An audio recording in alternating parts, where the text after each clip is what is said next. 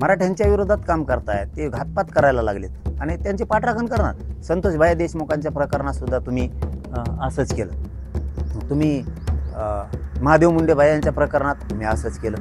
त्या महादेव गीते यांच्या प्रकरणात असं बियाणे का काय, अहो शेकडो प्रकरणात तुम्ही किती दिवस झाकेणार अजितदादा.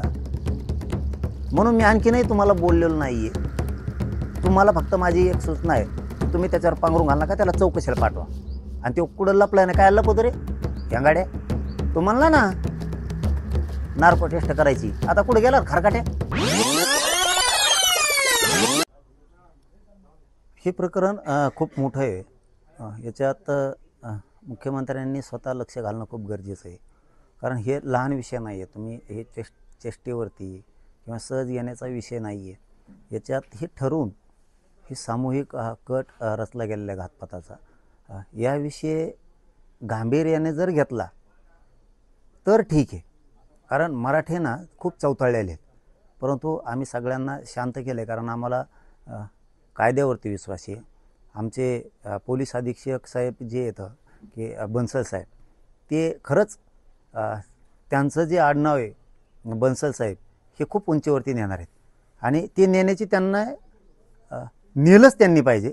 कारण त्यांच्या हातात ही इतका मोठा तपास हाता आला आहे. इतके यांनी आत्तापर्यंत लोक मारलेले आहेत. याचा बिमोड करण्याचं कामसुद्धा आता बन्सल साहेबांनी केलं पाहिजे. आणि आम्हाला तर काही शंका नाही त्यांच्या तपासाविषयी. आता सध्या तरी वाटतंय नाही आहे, पुढं माहीत नाही काय होईल. परंतु तपास मात्र ते याच्यामध्ये करणार. आणि ते किती म्हणू द्या ना, आमचा संबंध नाही, आमचा असं नाही. आता तो बीडचा कांचन का काय कोण तो म्हणतो समजा की बाबा जी भेट झाली त्या भेटीचं अर्थ अनर्थ केला आणि कुठं कटात आणि त्या षडयंत्रात आमचा काही संबंध नाही आहे.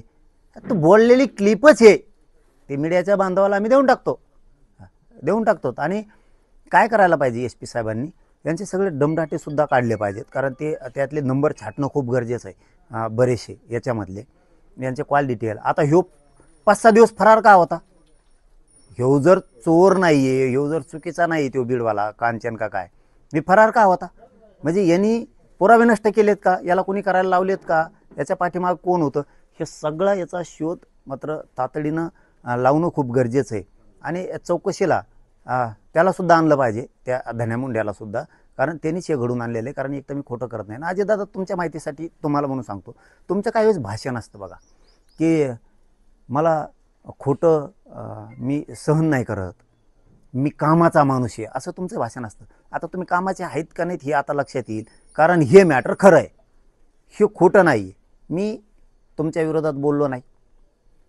फडणवीस साहेबांच्या बद्दल बोललो तर आरक्षणाच्या बद्दलच बोललो असतो. शिंदे साहेबाबद्दल बोललो तर आरक्षणाच्या विषयातूनच बोललो असतो. अजितदादांच्या बद्दल बोललो असतो तर आरक्षणाच्या विषयातून बोललो असतो. परंतु या विषयात आम्ही आणखीन बोललेलो अजितदादा तुम्हाला नाही. त्याचं कारण असं की तुम्ही आता त्याच्यावर पांघरून घालायचं जरा कमी करा.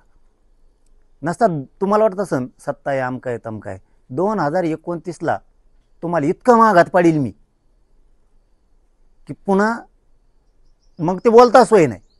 कारण तुम्ही ज्या लोकांकडे लोकच नाहीत असे लोक घेऊन संघ पाळताय, मराठ्यांच्या विरोधात काम करतायत, ते घातपात करायला लागलेत आणि त्यांची पाठराखण करणार. संतोषभाई देशमुखांच्या प्रकरणात सुद्धा तुम्ही असंच केलं. तुम्ही महादेव मुंडेबाई यांच्या प्रकरणात तुम्ही असंच केलं. त्या महादेव गीते यांच्या प्रकरणात असं ते बियाणे का काय, अहो शेकडो प्रकरणात तुम्ही किती दिवस झाकेणार अजितदादा. म्हणून मी आणखीनही तुम्हाला बोललेलो नाहीये. तुम्हाला फक्त माझी एक सूचना आहे की तुम्ही त्याच्यावर पांघरून घालला का त्याला चौकशीला पाठवा. आणि ते कुठं लपलाय ना, काय लपवतो रे ह्या गाड्या.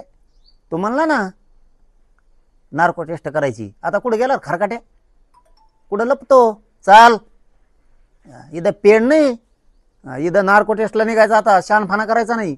कशाला त्या गोरगरीब वंजाऱ्याला रस्त्यावर उतरतो. तू पाप करणार आणि त्यांना फेडायला लावतो का.